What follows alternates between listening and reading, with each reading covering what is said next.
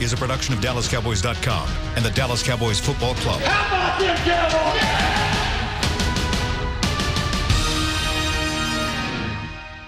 This is Talkin Cowboys. Streaming live from the Dallas Cowboys World Headquarters at the Star in Frisco. Handoff, Elliott plowing to the goal line. Barry, sacked by Lord. Prescott keeps it, and he bangs it in for the touchdown. Here are Mickey Spagnola, Brian Broaddus, Rob Phillips, and Bill Jones.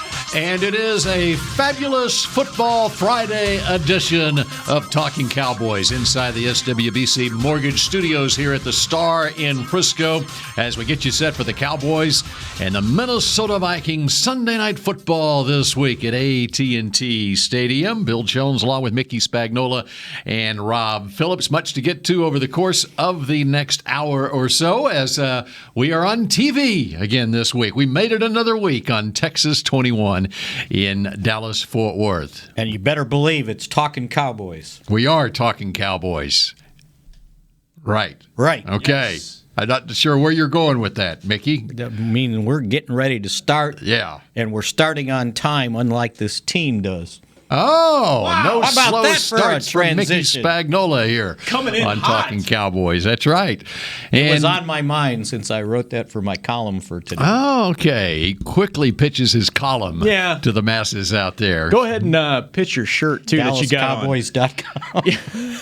Pitch your shirt, too. For what are you wearing there? It's the Drew Pearson throwback shirt. All right. Very good. He's going Muscle Beach, too. It's about 40 degrees outside. And it's about 40 degrees inside the SWBC so Mortgage Studios, I'm taking one too. for the team right you now, are. by the way. All right, so let's take a good look at it, okay? There you go. Rob's got his on. I do. Okay, and it's Drew Pearson as well. Yes. So is the Drew Pearson T-shirt the T-shirt of the week? Because they're playing the Minnesota Vikings? That's right. Just happened to happen that way, huh? Yeah, that's very nice. And they're trying to explain why down the hallway here, where the display is, with the Hail Mary sequential 36-frame display.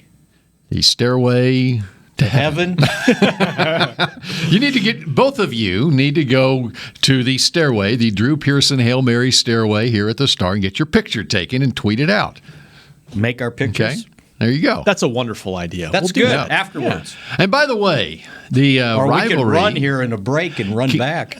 Can we call it a rivalry between the Cowboys and the Vikings? Do they play often enough to be a rivalry? I thought about that this week. I don't know if you can call it a rivalry, but there have been great moments between these franchises on and off the field. Oh, that's right. Oh, yeah, very you good, want to take Rob. it off the field, too. In fact, this is...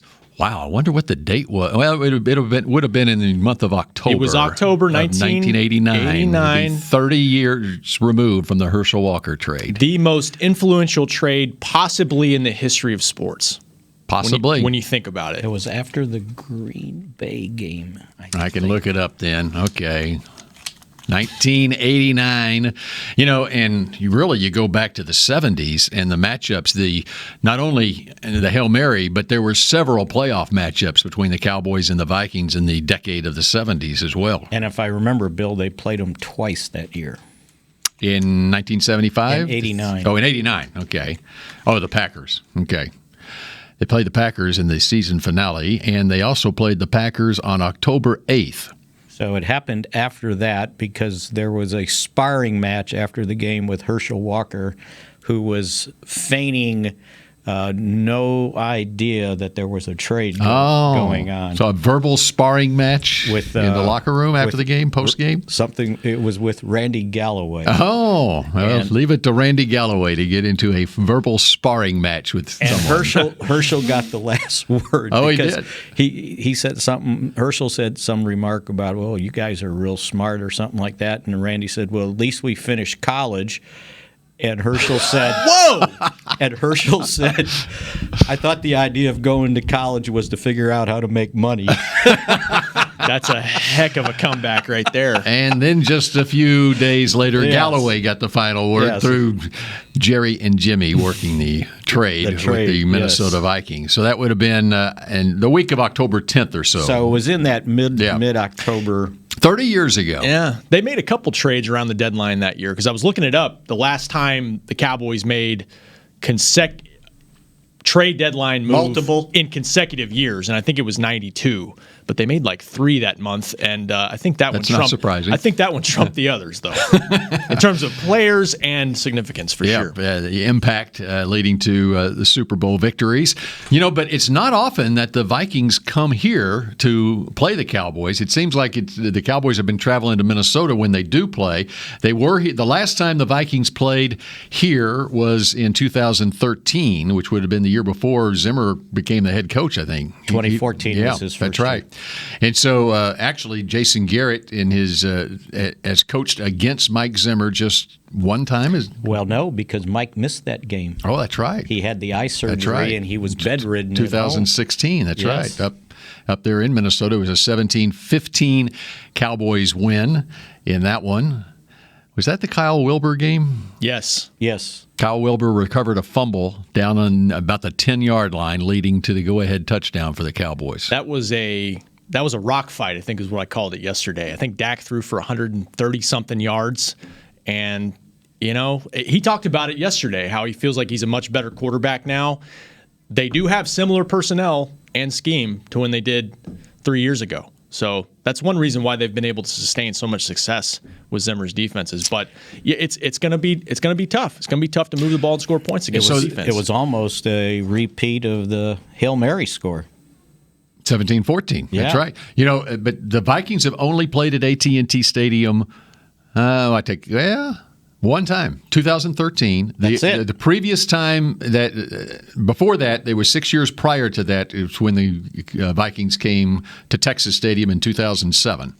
So, and even before that, you have to go back to 2000. So it's like once every 6 or 7 years, the Vikings come here. And Here recently. So it's. Well, I was going to say it's every time the Cowboys go 13-3. Kind of, sort of. Wow.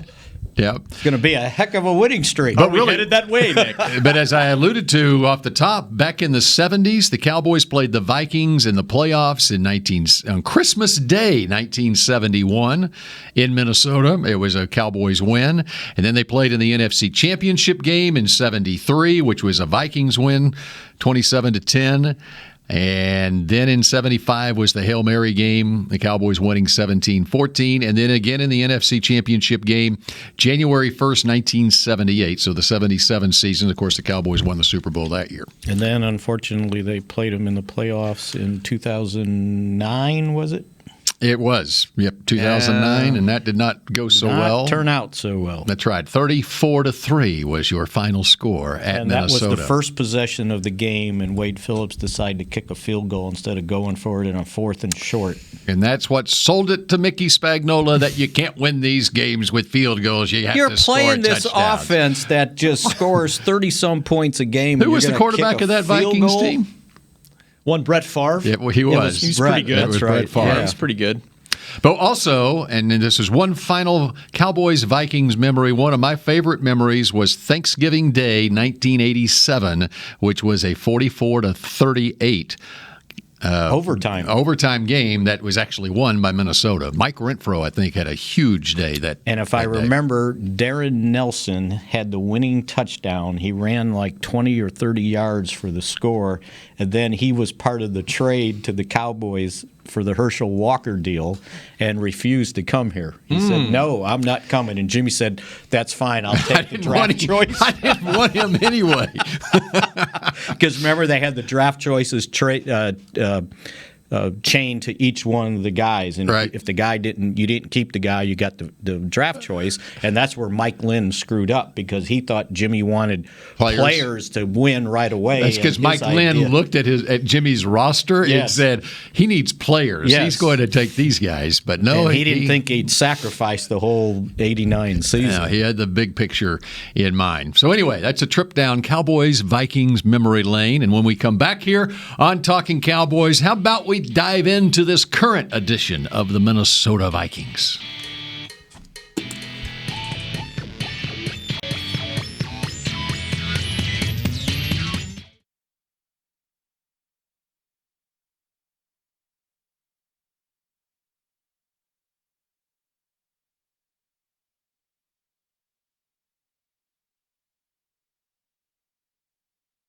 back to Talkin' Cowboys. Talking Cowboys continues from inside the SWBC Mortgage Studios here at the Star in Frisco on Texas 21 in Dallas-Fort Worth. Big weekend, not only at the stadium on Sunday, but there's also a Salute to Service Plaza party tomorrow on Saturday on Tostitos Championship Plaza. The Salute to Service Plaza party. Enjoy live entertainment, military ceremonies, Dallas Cowboys alumni autographs, and more. After the event festivities, the Star will be hosting the top 2 Madden players as they face off in the EA Sports Madden NFL 20 Club Championship presented by Spire. Rob will have more on that coming up shortly here on Talking Cowboys. So am I to assume this is our Salute to Service game on Sunday night? It would be, yes. So I need to find my Veterans pin? Day coming up on Monday. That's right. Okay, I got to find my pin to wear. Okay, very good. We'll look forward to that. Yes. As we listen to you on the pregame If show. you do. Except on you won't 105.3 see me. The Fan. You'll have to announce I'll that say you have I've your got pin my on. pin Yeah, on. just tell us. Yeah, that's right. All right, let's get up to speed on the news on this team. And let's start with Amari Cooper. What are we hearing on Amari Cooper right now? I didn't listen to Jerry on the Fan this morning. I was in Jason Garrett's press conference with you, Mick. Yes. But Jason Garrett sounded hopeful that Amari could do something out there today. Amari told us in the locker room yesterday, Thursday, that That he didn't listen to the doctor? yeah, he didn't really. He couldn't recall the results of the MRI on his bruised knee, but that he felt like it was a manageable deal. Yeah. So obviously there's some optimism that he can go Sunday, right? They're going to do what they can to make him as comfortable as possible during the week, and then he will play on Sunday. Have 100% confidence in that. Okay. 100%. 100%.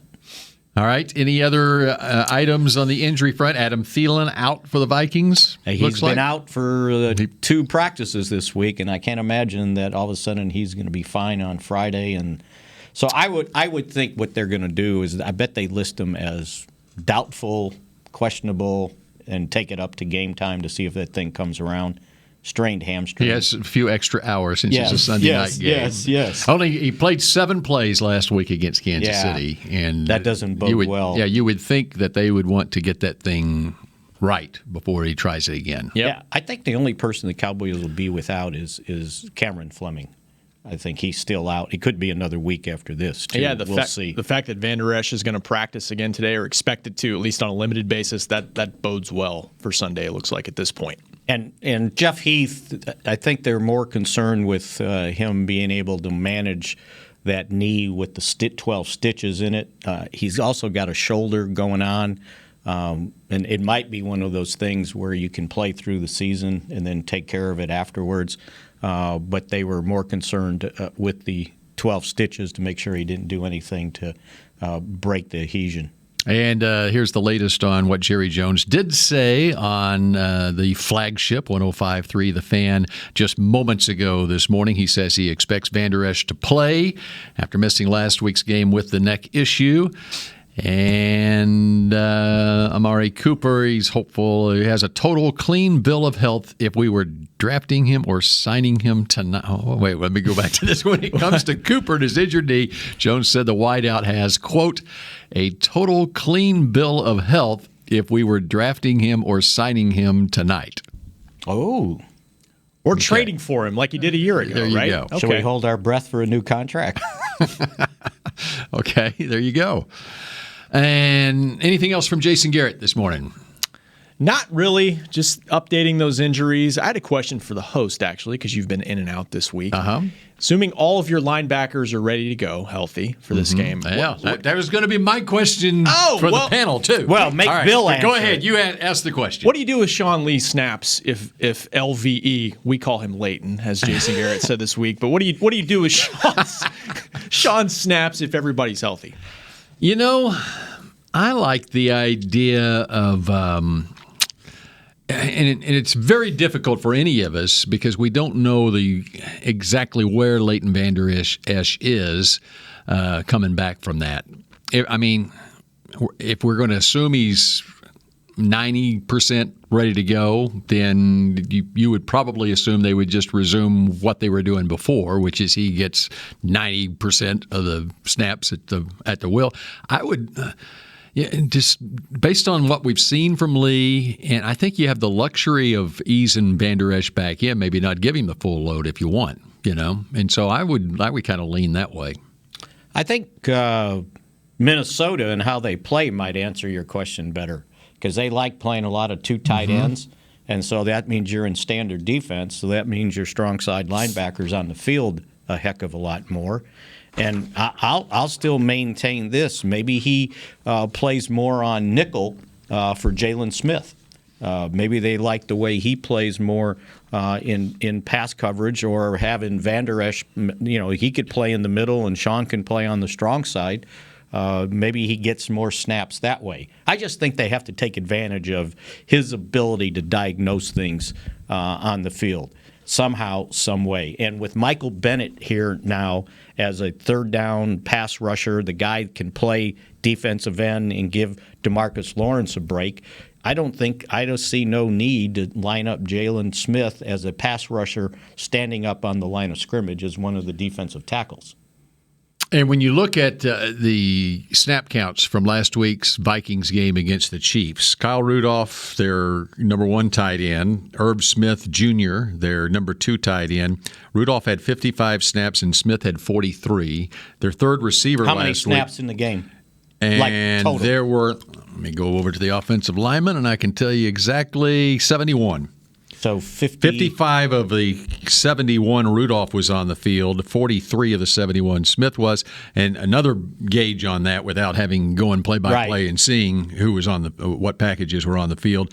Laquan Treadwell was basically their third receiver, and he had 20 snaps in the game. Now, they lost Thielen after 7 snaps. So he'll play more this week.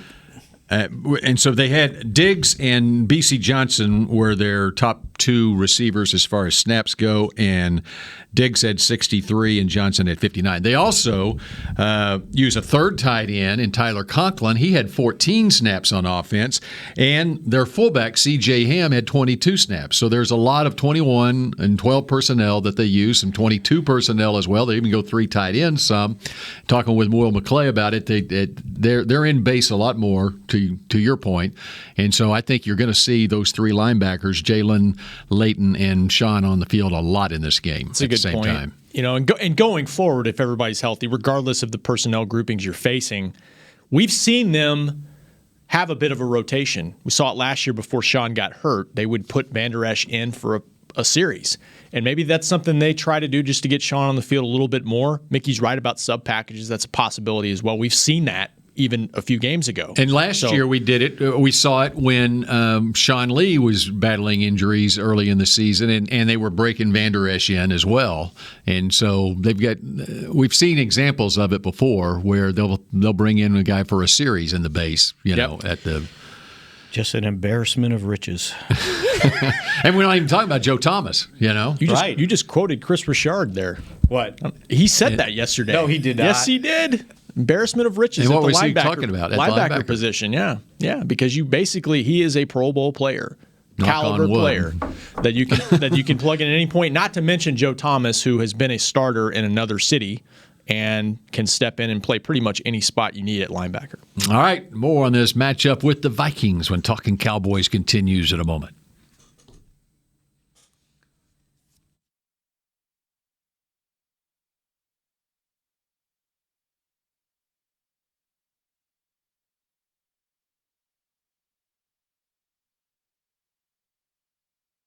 Essilor is a proud sponsor of the Dallas Cowboys, helping fans see more and do more with our best vision solutions. Our lens technologies reveal a world more beautiful than you can imagine. For a limited time, get the Essilor Next Gen offer. When you buy the latest generation of Transitions lenses with select Essilor lenses, you can choose a second pair of clear lenses for free with qualifying frame purchases. Restrictions apply. Find a participating eye care professional by visiting EssilorUSA.com. Essilor. See more, do more. Ready? Okay. Give me an S. S. Give me an O. O. Give me an S. S. Give me an O. O. What's that spell? So. Are we gonna win? Not if we play like we cheered. Just okay is not okay. Whether it's cheerleaders or your wireless network, AT&T is America's best wireless network. Best network based on GWS 1 score September 2019.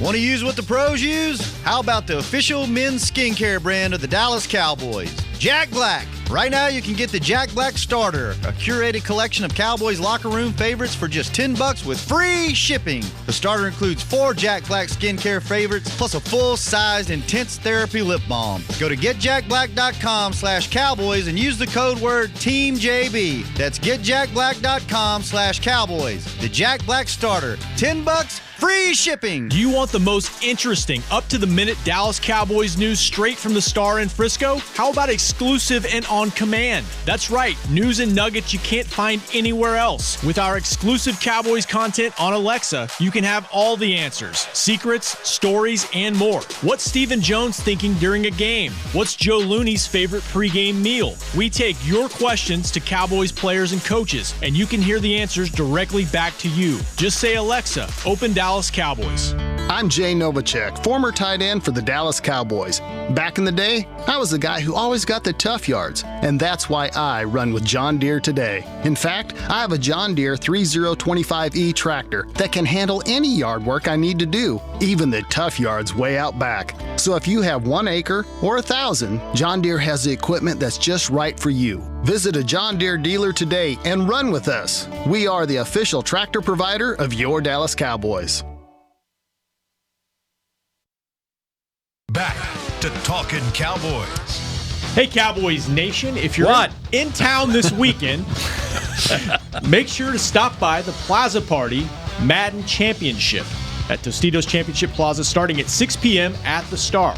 Alumni and current players will be making appearances. If you're not in Dallas, don't worry. Make sure to tune into the stream on DallasCowboys.com, YouTube, or Facebook Live. That includes you, Mick. I can watch it? Yes. So we have a specific time now on that Madden 6 p.m. Championship, 6 o'clock on Saturday evening. So do I watch that or Missouri, Georgia? Well, I was about to ask you what your game time was on your game. 6 o'clock. 6 o'clock, Mizzou and Georgia. Good luck with that Prime one. ESPN I think television. the Sooners are finally in prime time against Iowa State on Saturday night. Another big local game is TCU and Baylor. Yes. That's a big rivalry game. Baylor comes in unbeaten, and Gary Patterson's going to have those Horned Frogs ready for him, though, I have a feeling. Who's SMU have? They're playing homecoming at 11 a.m. against a team. Oh, okay. With players. And I did mention that Oklahoma is playing Iowa State at 7 o'clock on Saturday night. Okay, wait a second. Now, since you mentioned it, I got to find SMU. They're playing East Carolina. They're playing Robert Jones' alma mater. See how we bring it back to the Cowboys? They'll bounce back. They'll bounce back. Dwayne Harris, East Carolina, right? Yes. Okay. Speaking of he's with the Raiders now, isn't he? I believe so. They won last night over the Chargers, and at the end of the game, Carl Joseph picked off a pass, I think, and got hurt on the play, and he's having an MRI, might be out for the year. I was just listening to John Gruden. He was talking about him and LaMarcus Joyner. They at the safety position, they already lost their rookie, Jonathan Abram, and now in one fell swoop, they may be losing a couple of other safeties.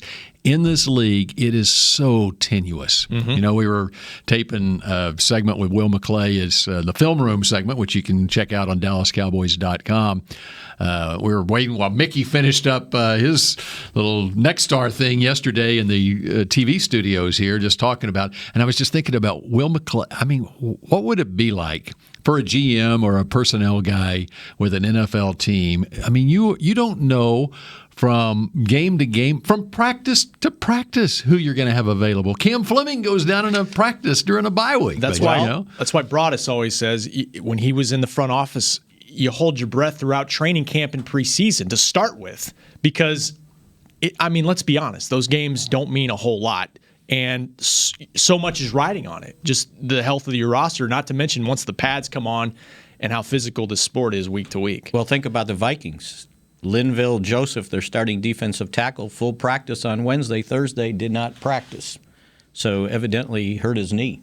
Yeah, I mean, it happens to every team around the league, so it's not excuses for anybody. But I don't remember. But it matters. Yeah, but I don't remember this in the 70s and 80s where guys got hurt like this. Well, what happened, Bill, was they put them on injured reserve for 4 weeks, and then they could bring them back, and you could bring somebody else onto the roster. And then they would stash guys on injured reserve to keep their rights with phony injuries, and then the league said, no, we're not doing this Now, that was anymore. before the salary cap era. Yes. And so the salary cap controls that now. I think what the NFL needs to do is go to a baseball injury policy, basically. Where you're out for a while and you bring them back. Yeah, you can bring them, a month or whatever it is. 21-day disabled list. Yeah, whatever. Well, now not disabled it's anymore. An injured list. Injured now. list. Yeah. Well, Sorry. Injured reserve is 8 weeks minimum. But you only can bring back two guys. Two guys, and that is after they already were on the 53 on September 1st. Okay, 2 guys could be designated to return. I think everybody, it would make the product better. And you've invested so much money in these players. But what controls the stashing of the players is the fact every team's got a salary cap. You can't spend beyond that salary cap. Those injured players obviously count against the cap. And so I think that's something that because you look at the second half of the season, the Cowboys happen to be in really good shape. I was going to say that, knock on wood, their health is pretty good. I mean, they've had a lot of starters banged up, and obviously, Amari he's dealt with like 4 or 5 different things with his lower body: quad, knee, ankle, Achilles tendonitis, whatever it was, plantar fasciitis. But yeah, and now this large stretch of games coming up in a short period of time is something you got to manage with him. But overall, it's a young team that's been able to stay relatively healthy. See, the teams were their own worst enemies because they were stashing guys. And then in early 90s, before the salary cap, they had independent physicians come to your practices to make sure that guy was really hurt. Right, I remember and he that. wasn't out there practicing. Because they would stash guys and then let them practice on injured reserve. So now you can't do that. So, they were their own worst enemies, and then the salary cap made a difference. But you would think as much money is invested in these players that the owners would be all about, if I'm paying this guy $10 million a year and I just lost him because he's got a high ankle sprain in September, I lose him for the entire year because we need the roster spot. I mean, and when I could have him back by November 1st for the second half of the year, I think what they were trying to do is make it more equitable among the teams so that injuries didn't totally destroy. Like you might have guys that are somewhat injured and they could practice, and the other team might have 4 guys that are just let's make it fully equitable where a guy can come back when he's healthy. Well, if he comes back if he's healthy December 1st, let him come back to this team, and you'd have a much better product on the field. It's too bad you can't have load management like in basketball. Yeah, that's right. That was a topic of conversation with I Jason know, it Garrett went this right morning. by me. What does that mean? You only get 16 of these. You don't get 82 to rest guys, so it just doesn't apply to this sport. Because they were Kawhi resting guys on back-to-backs or whatever. Yep. Yeah, which is Dak, you got to play Sunday, Thursday. No, you take Thursday off. We're going with Cooper Rush. Okay, last couple of minutes of this segment, let's dive into the Vikings a little bit. What is it that concerns you the most about the Vikings? Their pass rush. I think this is defensively. I think Jason Witten said it. It's probably the toughest test the offense is going to face. Hunter, 2 sacks in their meeting 3 years ago. Griffin on the other side. I mean, I'm watching Lyle Collins match up and saying that's the one you circle. And he's having a terrific year. He's got to be able to handle him on the edge. And you just look at the Vikings defense, and they're just good at every level. Linebacker, secondary. You can't afford to get off to a slow start in this one, Mick. And especially making sure you're sound against the blitz, because they're going to blitz. I know Mike Zimmer, and Mike Zimmer loves the blitz. And on third down, my understanding is they will come. They will come with 1 extra. They will come with 2 extra. And a lot of times they'll just play zero coverage. And you're man-to-man on the outside, and they're bringing everybody. And you better be sound on your blitz pickups, your blitz cutoffs if you're a receiver, and don't let this quarterback get hit time after time after time. Those two guys that Rob mentioned, Hunter and Griffin, they've totaled 14 sacks in nine games. And not only that, and I don't know if this number is skewed by who's ever keeping the hits, but they've got 69 quarterback hits. 69. That's a lot. So they better be able to protect Dak Prescott and not let those blitzes ruin their offense. And here's the deal, and here's how you beat it. You beat it deep. You burn them. And then all of a sudden they might say, you know what, we better back off because we're not getting there. That's the only way you're going to beat it. Otherwise, they're going to keep coming.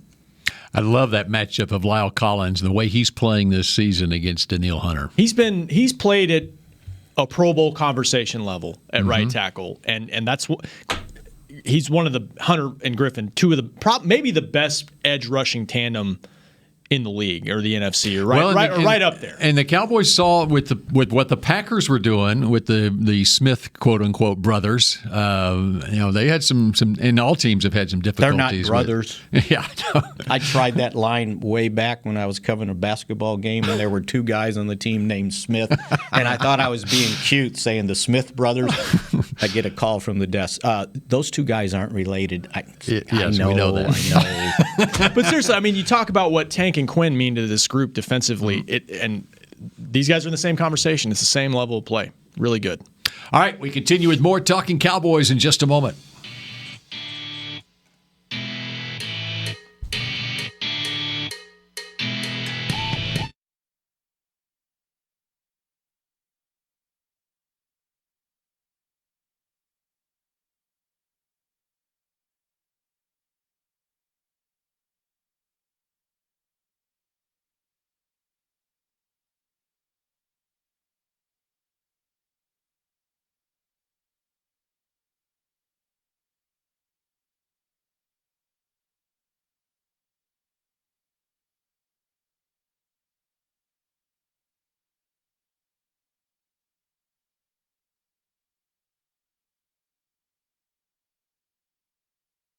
Back to Talkin' Cowboys. Talking Cowboys continues. DallasCowboys.com and on Texas 21 in Dallas-Fort Worth. Bill Jones, Mickey Spagnola, and Rob Phillips. You can give us a call and be a part of the show. 888-855-2297 would be the number to call.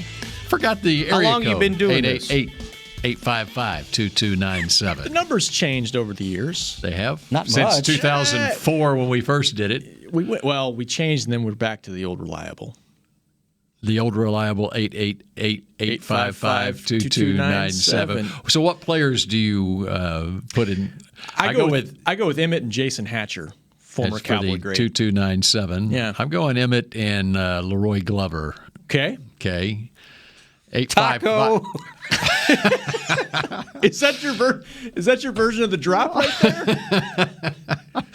And the prefix would be Aikman and Leroy Jordan. Okay. 855-2297. Or Bob Hayes and give me another 97. Jimmy Jones. That was Jimmy Jones. It was. I wouldn't give you Tristan Hill. Tristan Hill would be another one. Yep. Okay. Yep. Give us a call. For 8 weeks. And offer up Please another call number us. 97 from Cowboys history. All That right. means Rob doesn't have to take emails, does he? Back at the kids' table back in the day? Yeah. Neal Hunter. Okay. I've missed on a lot of players in my Big Green NFL draft scouting notebook. But you're proud about this But I one, am proud about Neal Hunter. And to this day, and for the rest of his career, it's going to bug me that he went late third round to Minnesota. And I looked at him, I was going, how is this guy not a first-round draft pick? When you looked at him at LSU, he had no production at LSU rushing the passer. But it looked like, and John Chavis was the defensive coordinator at LSU then, when you looked at tape of him at LSU, it looked like he was coached to defend the run first. And especially back then, the SEC was a run-first conference. But you saw glimpses of he could go get it whenever prompted, okay? Yeah. And then his numbers at the combine were basically right there with DeMarcus Ware, and he slid all the way. And here the Cowboys are, they're drafting Randy Gregory late in the second round when there's that obvious need for that defensive end. And it was to that point, I was so enamored with him on draft day, I called his old high school coach, who used to be at DeSoto here, Dave Meadows, who is at Morton Ranch High School in the Houston area down in Katy. And I asked him, okay, tell me about this guy, okay? And he said, well, he's the hardest working player I've ever. He's an old Texas high school football coach, and just very matter of fact about everything. And they'll name the weight room after him. I'll tell you that much. He's such a hard worker. I couldn't get him out of the weight room. We'd turn the lights out, and he's still in there lifting. And I said, okay, so what kind of potential do you think he has in the NFL? All pro. So that sold it for me. Very matter of fact. So was he there? Did he get overshadowed by Mingo? Were they there? He was at the same before. time? Barkevius Mingo was before him, just slightly before Mingo him. was before? Yeah. Hunter came out in 2015. And anyway. Well, and you take Gregory in 2015. What was he? Pick 60? Right. Top 15 talent, something like that. Nice ringtone, by the way. And it's just been the off-the-field stuff, But Gregory at Nebraska showed the talent level of an all-pro type rusher. But they knew they were taking a chance. They knew it. Yeah, they knew He's a top 10 talent. And so anyway, and so now here he is, 48 and a half sacks in basically 42 starts in his career. Maybe one of the most underrated guys in the league because nobody really talks about it. Right. I mean, you worried about Delvin Cook? We should be, yeah. I mean, another good running team, right? He clearly, they talk about you have an ACL injury and it takes you 2 years to get back to full form, and he's clearly back at full form now. And in fact, Will McClay breaks him down in the film room on the Jason Garrett Show and on DallasCowboys.com. You want to take a look at how the Vikings use this guy, Dalvin Cook. And somebody said, well, they stopped Saquon Barkley. I'm going, yeah, but that was the Giants' offensive line. That guy concerns me more so than Cousins. Well, and there's a little bit of a Barkley similarity to me just because he's got 33 catches too. Yeah. He can help you hurt you in a lot of different ways. And Madison, their rookie too, is a guy that has worked in to the rotation and can get in there and run the ball effectively as well. But the run defense has been really solid, and Sean Lee's been a big part of that the last couple of weeks. Yeah. Kyle Yeomans, our producer, does a terrific job, and he told me there's a couple of callers on the line. I don't do a terrific job of listening, and so... Is that why your phone rang? No, it's not why my phone rang. The callers are calling you. That's right. They called me, and so I got to text them to say, no, you need to call 888-855-2297. Kyle, tell me again, who's on the line? Okay, so you've got Michael from Stanford on the line here. Michael. Hey, guys. Good morning. Thanks for taking my call. What's up? I just have a couple questions. The first one, do you guys think that the Cowboys will do hurry-up offense to try to tire out the Vikings defense? And my second question is, do you think Sean Lee's played well enough to get another one-year deal next year? All right. Thank you very much. If Sean Lee wants to play next year, then Sean Lee has played well enough. And as far as I'm concerned, Sean Lee can play here as long as he wants to play here. I'm with you on that. Yep. And yes to both of your questions. Go hurry up. Sure. Why not? I mean, they've done it. If you're moving the ball and you're moving with confidence, then do it. Because,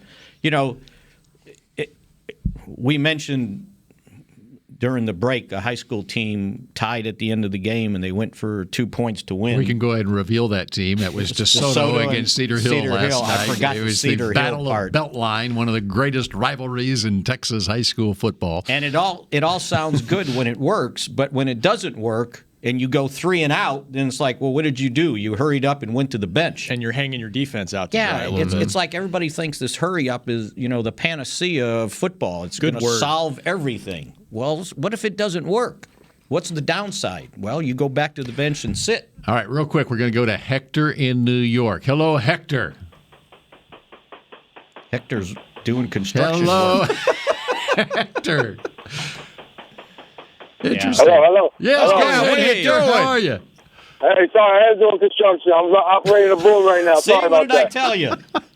Hey, No problem. Listen, guys, with Amari being banged up, I know there's a bit talk about Dez Bryant being signed. Is it possible to receive a receiver at the moment? Because I know once Amari's gone, man, we struggle in the passing game. Ain't going to happen. So you want him to sign Dez? We need to sign another receiver, number one. Like you said, Gallup didn't perform to be a number one receiver.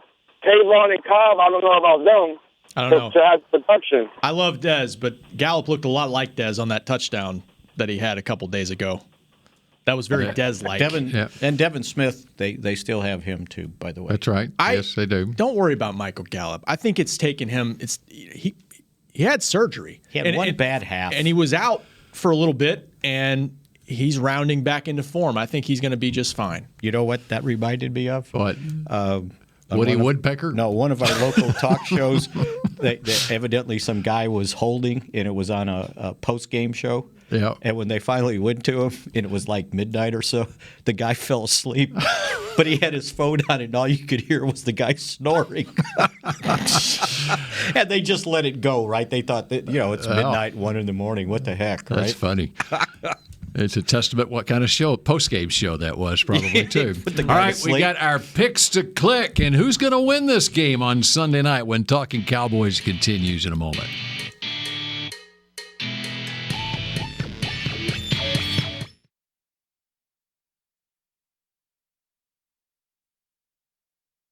Okay, give me an S. S. Give me an O. O. Give me an S. S. Give me an O. O. What's that spell? So. Are we gonna win? Not if we play like we cheer. Just okay is not okay. Whether it's cheerleaders or your wireless network, AT&T is America's best wireless network. Best network based on GWS 1 score September 2019.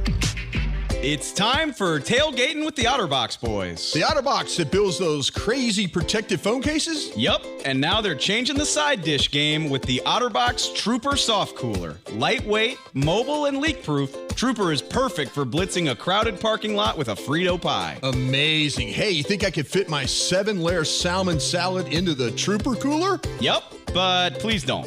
And that's been Tailgating with the OtterBox boys. Learn more about the Trooper Soft Coolers at otterbox.com. Whether you're into being a part of this or more into something like this, SeatGeek has the tickets to the events you love. It's the easiest way to find, buy, and sell tickets. Plus, with their deal score technology, they'll recommend the best seats in the house at the best value. So the next time you're craving this,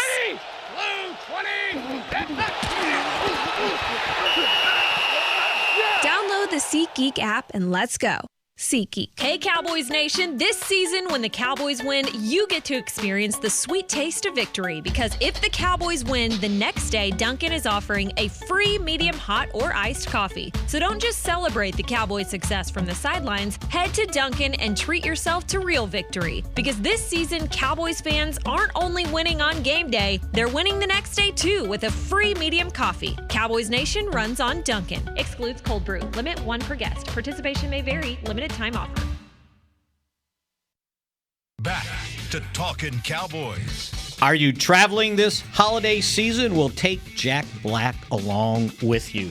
If you spend $65, you get your free travel buddies. You get your Pit Boss antiperspirant, or you get the moisturizing bath body lotion. Use the code TRAVEL, and you can get those two things free. Or if you need a gift, get the King of Jacks, the very royal treatment. It'll treat your person you're buying a gift for. So to get all this, go to getjackblack.com. It'll treat your person. Yes. Treat your person well with Jack Black. All right, Cowboys-Vikings on Sunday night, and 7:20 kickoff, of course, and Cowboys in prime time once again. By the way, prime time apparently is a candidate for the Florida State head coaching job. I don't know if you saw Self-proclaimed, that. I guess, since his network broke the story. Imagine that. What a football weekend. We're in November. I love this time of the year. We got Alabama and LSU tomorrow afternoon at 2:30 on CBS. That is appointment viewing right there. It there. is, yep. Aggies are off for me, so Aggies are off. no Yep. stress. Okay. All right. Now what's going to happen on Sunday night? Okay. How about some picks to click, and we're going to get some winners here. Okay. Did we win any last week? That would be the Giants game. I was a winner last week on my pick to click. Who'd you get? I had Jason Witten. Pretty good. Wouldn't you say? Really good. Leading receiver. I think I may have mentioned Blake Jarwin in there too, based on he was my 1A. Oh, well, that's cheating. So you only get to go with one. I think I had D Law. Okay. He did very well. Okay. Yeah. Rob, who did you have? I had Michael Gallup, who made there not you bad. go. He made SportsCenter, so that's pretty well, good. we all were you very made good. SportsCenter, that's the deciding factor. Who brought us that? I don't remember. I don't remember. I don't remember. Yeah. I think he took Lil Collins. It's because we are so into ourselves that we don't remember who the other people pick. All right. So who's your pick to click this week, Mickey? I am going to take Michael Gallup because I think he's going to get a lot of single coverage. And you think he's going to show Hector in New York. That's right. That he can be a number one. He can be an X, Y, or a Z. There you go. So I'm going Michael Gallup. Michael Gallup. Since I got to go first. Okay. You stole mine, so I'm going to stick with wide receiver, and I'm going to go with Randall Cobb because while we're optimistic Amari can play, Mickey mentioned the single coverage, I just think Cobb is due for a breakout game, and he's played against this defense a lot. Oh, good point. He's I like familiar that. with Minnesota, and I've lost track of how many touchdowns he's had called back by penalty.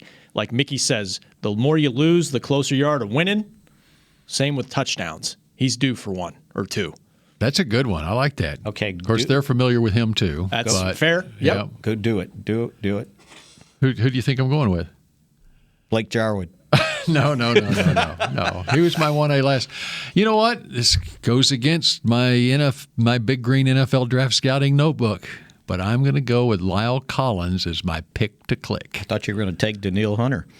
Because he's going up against the guy with the 8.5 sacks, and I think the Cowboys need Lyle Collins to play well, and I think he's up to the challenge. He's played a lot of good speed rushers in his career, so this is not something overwhelming for him. So, yeah, I think that's if you're circling matchups, that's a big one right there for Sunday night. That's what I'm going to be watching. Okay, so what are you going to be watching when you're watching when the Cowboys are on offense? What is it that you're going to be watching for? I will be watching to see how well they take care of the blitzing that goes on, and I'm going to try to remember to write down every time they blitz. And you're going to think about your first meeting with Mike Zimmer 40 years ago on the campus at the University of Missouri. That's probably where he learned to blitz. Warren Powers? Who was the head coach? It was Warren Powers, okay. 79 and 80. How about when you're watching the Cowboys on offense? What is it that you're going to have your eye trained on for the press box? Just the run blocking and how they're getting to the second level and moving things with the offensive line. It was a thing of beauty to watch on Monday night. And I think Zeke's onto something. They're finding a groove in that regard. Big challenge this week, but I think they're settling into where the standard they're used to. The way the Cowboys have run the football, really the last 2.5 games, even the second half against the Jets game, where they just got into that mindset and they had the backup tackles in that game. I understand that this is our meal ticket right here. Feed Zeke. Yep. All right, who wins the game? I've got the Cowboys, and in honor of Tony Dorsett's 99.5-yard run against the Vikings on the final game of the 82 season, so it was January 3rd, 1983, the Cowboys got beat 31-27. Well, that score is going to get reversed. Cowboys 31, Vikings 27. Wow. All right. A lot of points in this one. I'm going lower scoring. I'll go with Dallas 21-20. It's going to be a slugfest, and it may come down to the last minute. I wanted 7 field goals on the. Could be. You never, By the way, I wanted to honor the Hail Mary, but I didn't think it was going to be 17-14. By the way, closing seconds here. I'm going to go Cowboys 30-20. Do you realize it's not 1, not 2, but 3 games now that the Cowboys have gotten the ball with 27 seconds or less left in the first half and gotten a field goal? Wow. That's stealing a possession. Oh, let me write that down. 3 times. It happened against the Jets as well as the Eagles and the Giants. Will it happen again Sunday night against the Vikings? We'll talk about it on Monday on Talkin' Cowboys.